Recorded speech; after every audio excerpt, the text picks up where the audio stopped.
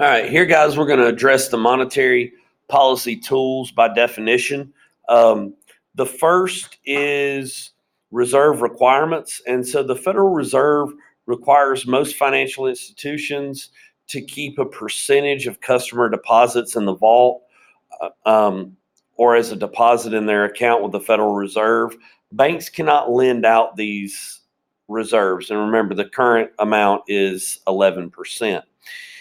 Interest on required and excess reserves is the next monetary policy tool, and the Federal Reserve pays an interest on required and excess reserves, essentially the money that banks do not lend um, to financial institutions. This may encourage them or discourage them to loan money out. Discount rate is one of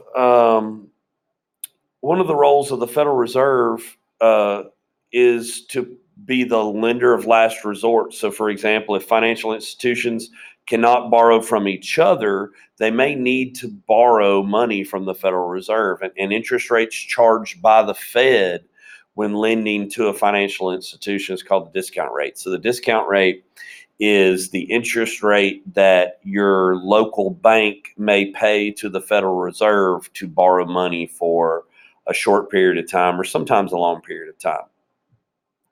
Open market operations at each Federal Open Market Committee meeting, members vote to raise, lower, or maintain their target for an interest rate called the federal funds rate. And this is how they are setting setting up the bonds to be bought or sold, and that's how they're going to maintain that rate.